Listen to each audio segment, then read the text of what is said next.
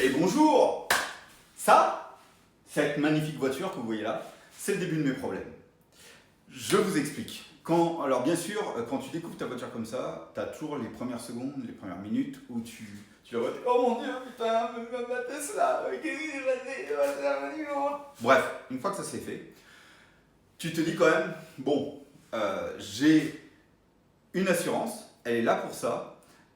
Elle est là pour gérer ces problèmes-là. En plus, j'avais pris une assurance tout risque, hein, évidemment. Et connaissant ma chance, ma chance, là voilà, elle est là ma chance. J'avais pris une option valeur à neuf.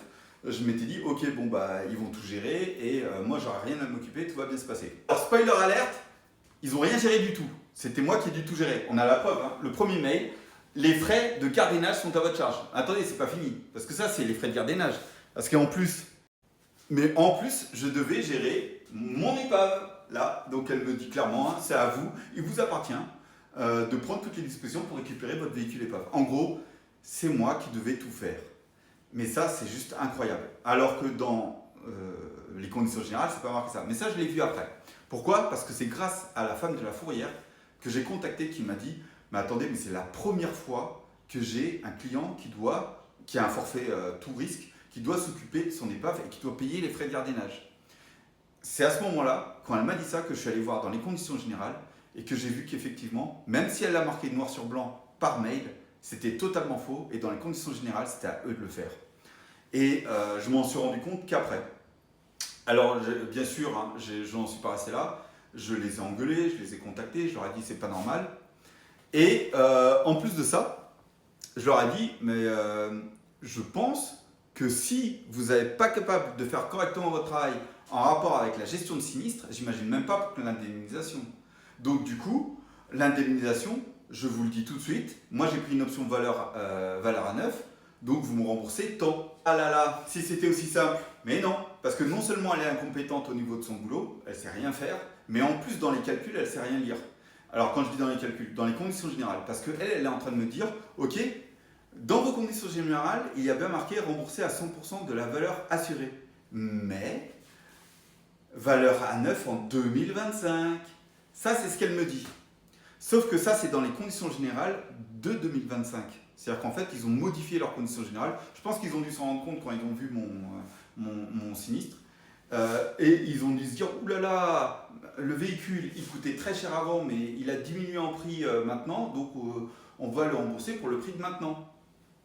Sauf que mon contrat, il n'était basé que sur. Enfin, il était basé sur les conditions générales de 2023. Et dans les conditions générales de 2023, déjà l'article 19, il ne fait rien référence du tout à ça. Ça, c'est complètement faux. Et moi, c'est plutôt un autre article. Bref, je ne veux pas vous embêter avec ça. Tout ça pour dire qu'elle avait faux et elle a dit de la merde. Donc, moi, je lui dis. Alors là, il y a une échange de passe d'armes entre nous par mail en disant vous faites de la merde, vous dites de la merde, mais en plus, vous essayez de m'escroquer. Moi, je vous dis que vous me devez tant. Et elle me dit non, je vous donnerai moins de 10 000 euros. Il a fallu que je contacte la médiation pour que la médiation. Alors, déjà, je vais vous montrer la médiation.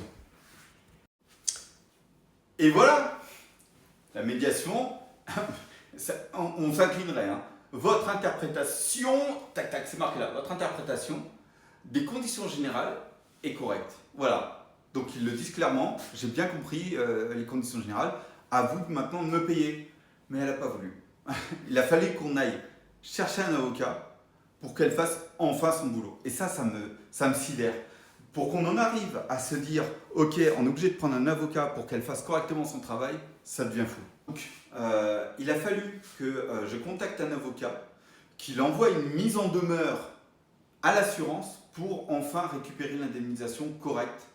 Et bien sûr, hein, sans geste commercial de leur part, évidemment. Hein, ça me choque. On est obligé d'en arriver là pour avoir nos droits, pour que ça réponde correctement à nos conditions générales, tout simplement. Donc, moi, il y a un truc qui me rend fou, c'est que pour avoir, ne serait-ce que appliquer correctement nos conditions, on est obligé de se battre.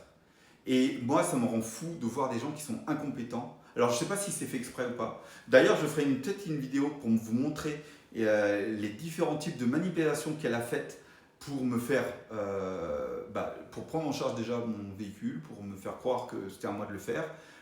Déjà, vous avez eu les premiers mails, mais il n'y a pas eu que ça comme mail. Il y a eu tous les autres mails de discussions en rapport avec l'anonymisation aussi, pour me faire plier, me faire croire que oui, j'accepterais l'argent. Et l'argent qu'elle me proposait qui était beaucoup moins important.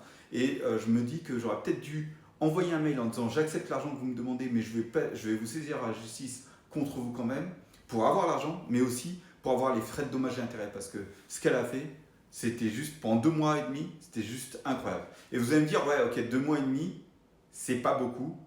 Je le conçois. Hein. D'après ce que m'a dit mon avocat, là, il y a plus grave, il y a plus long encore. Mais moi, ça me sidère. Ça me sidère qu'on en arrive là.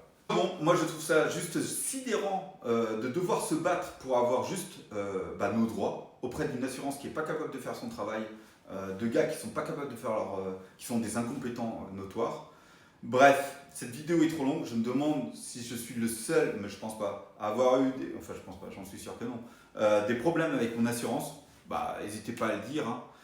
En tout cas, voilà.